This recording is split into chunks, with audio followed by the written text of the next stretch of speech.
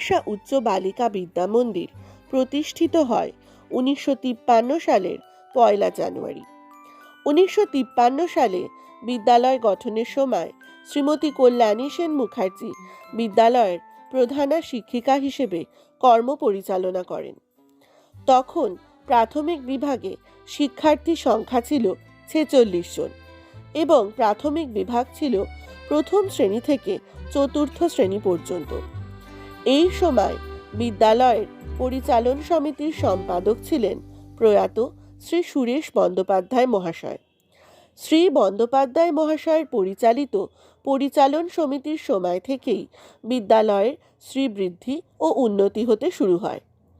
ক্রমে শিক্ষার্থী সংখ্যা বৃদ্ধি পাওয়ায় বিদ্যালয়ে মাধ্যমিক ও প্রাথমিক দুটি বিভাগের প্রয়োজন দেখা যায়। 1955 সালে শ্রীমতী বিভা দে স্থায়ীভাবে প্রধানা শিক্ষিকা হিসেবে নিযুক্ত হন। এর ঠিক 1 বছর পরে 1956 সালে শ্রীমতী বাসন্তী চক্রবর্তী প্রাথমিক বিভাগের ভারপ্রাপ্ত হন। সেই সময় থেকেই বিদ্যালয় দুটি স্তরে বিভক্ত হয়। তখন প্রাথমিক বিভাগের ছাত্রছাত্রী সংখ্যা ছিল প্রায় 150 জন।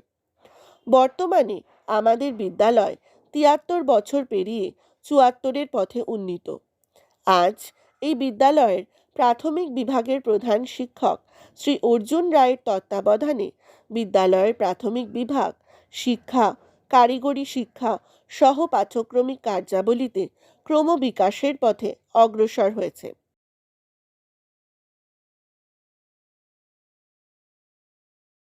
তাহলে শরীরকে সুস্থ রাখতে গেলে আমাদের কিছু নিয়ম পালন করে চলতে হবে। আমরা জানি স্বাস্থ্যই সম্পদ, শরীর অসুস্থ হলে কিছুই করতে পারবো না। তো এই স্বাস্থ্যবিধি সম্পর্কে আমি তোমাদের কয়েকটি কথা বলবো। একটা হচ্ছে ব্যক্তিগত স্বাস্থ্যবিধি, মানে আমরা নিজেদেরকে কিভাবে পরিষ্কার পরিচ্ছন্ন রাখবো, আর একটা হচ্ছে আমাদের চারপাশকে পরিষ্কার রাখা।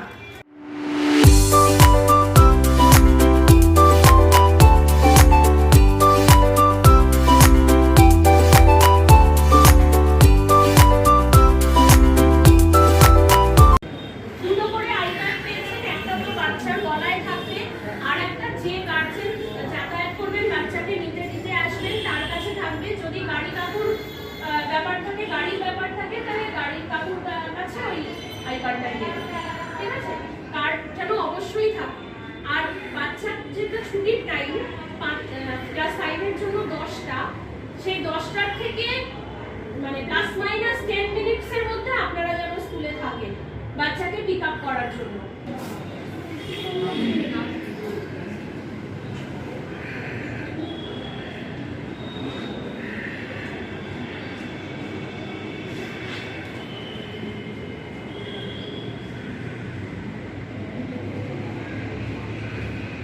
Learn, play, and make friends. But to make sure everyone stays safe and happy, we need to follow some simple safety rules. Let's learn about these important rules together. Listen to your teacher. Always listen carefully to your teacher to stay safe and follow instructions. Teacher ক্লাসে যেটা বলছেন সেটা মনোযোগ দিয়ে শুনবো, তাই তো? এবং যাতে তুমি পড়াশোনাটাও ঠিকঠাক টিচারের ইনস্ট্রাকশন মতো এবং স্কুলে কিভাবে চলবো, আচরণটা কেমন হবে আমার ক্লাসে, তাই তো? সেটাও কিন্তু টিচারের ইনস্ট্রাকশন ফলো করবে। করো তো সবাই? Very good. Number 2, instructions. Walk carefully. Walk carefully, don't Walk run. slowly and carefully inside the classroom and hallways to avoid accidents. Accident avoid করার জন্য আমরা Keep your hands to your এখন তো আমরা ক্লাস 5-এ হয়ে গেছি, আমরা নিশ্চয়ই বডি পার্ট সম্পর্কে জানি। আমাদের নর্মাল বডি পার্টস যেমন আছে, আবার প্রাইভেট বডি পার্টসও আছে। প্রাইভেট বডি পার্টস কোনগুলো? যেগুলো আমরা পাবলিকলি সবসময় হাইড করে রাখি, তাই তো? পাবলিকলি যেগুলো আমরা শো করি না, সেগুলো হচ্ছে প্রাইভেট বডি পার্টস। অনলি আমরা ওয়াশিং আর বাথিং এর টাইমে এই প্রাইভেট বডি পার্টস গুলোকে ওপেন করতে পারি। আমাদের এই যে প্রাইভেট বডি পার্টস গুলো আছে সেগুলোকে সেফ রাখাও আমাদেরই কিন্তু দায়িত্ব। যদি কেউ কোনো অচেনা মানুষ বা কোনো পরিচিত মানুষই এই যেগুলো, ধরো তোমাদের প্রত্যেককে আমরা গার্জেনদেরও বলছি একটা সেফ সার্কেল বানাতে হবে। আপনারা প্রত্যেককে আপনার বাচ্চাদের জন্য একটা সার্কেল বানিয়ে দেবেন, যেই সার্কেলটা ওদের জন্য সেফ। সেই সার্কেলে ওদের বাবা মা থাকতে পারে, ভাই বোন থাকতে পারে, দাদু দিদা থাকতে পারে, আর যদি কেউ পরিচিত বিশ্বাসযোগ্য মানুষ হয় তারাও থাকতে পারে, স্কুলের টিচার থাকতে পারে। এর বাইরে সব মানে এই সার্কেলের বাইরে যারা থাকবে তারা কিন্তু তোমার সেফ সার্কেলে নয়। এই সেফ সার্কেলে যারা আছে তারা বাথিং বা তোমাকে হেল্প করার সময় এই প্রাইভেট পার্টস নিয়ে কথা বলতে পারে বা এই প্রাইভেট পার্টকে দেখতে পারে। কিন্তু এই সেফ সার্কেলের বাইরে যারা আছে তারা যদি তোমাকে এই প্রাইভেট পার্টস নিয়ে কখনো কথা বলে তখন সেটা তোমাদের কাছে হয়ে যাচ্ছে টপ অ্যালার্ট।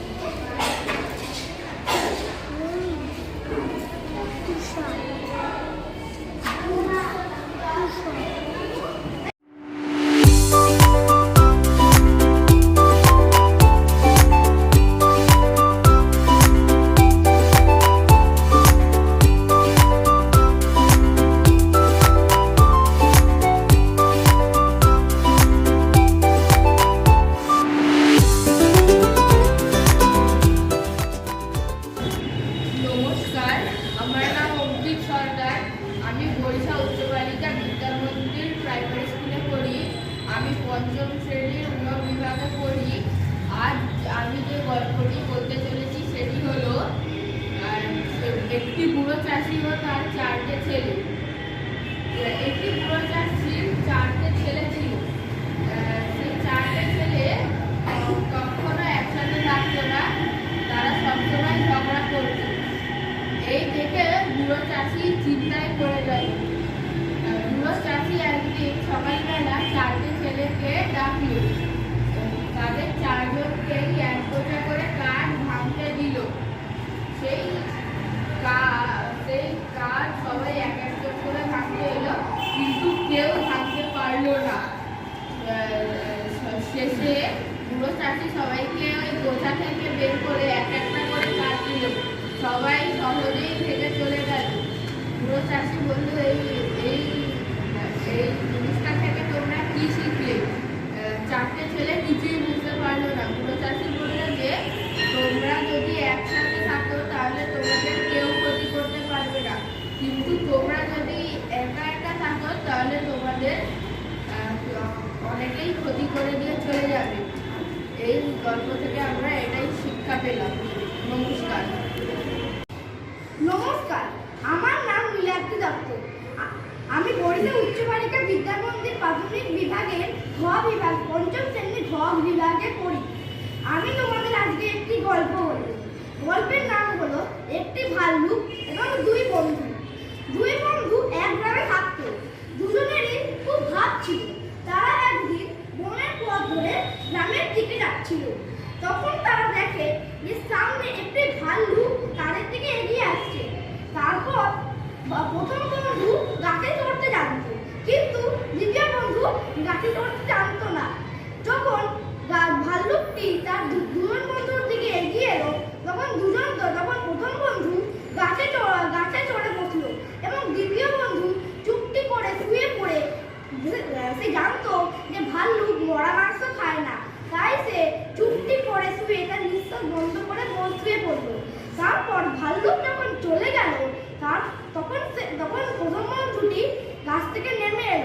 এবং বলল, বন্ধু ভাল্লুক তোমার কানে কানে কি বলে গেল? তখন দ্বিতীয় বন্ধুটি বলল, যে বন্ধু অন্য বন্ধুর বিপদে পাশে থাকে না সে আসল বন্ধু হতে পারে না। এই গল্পটি থেকে আমরা শিখতে পারলাম যে বিপদ যে বন্ধু পাশে থাকে সেই আসল বন্ধু। নমস্কার।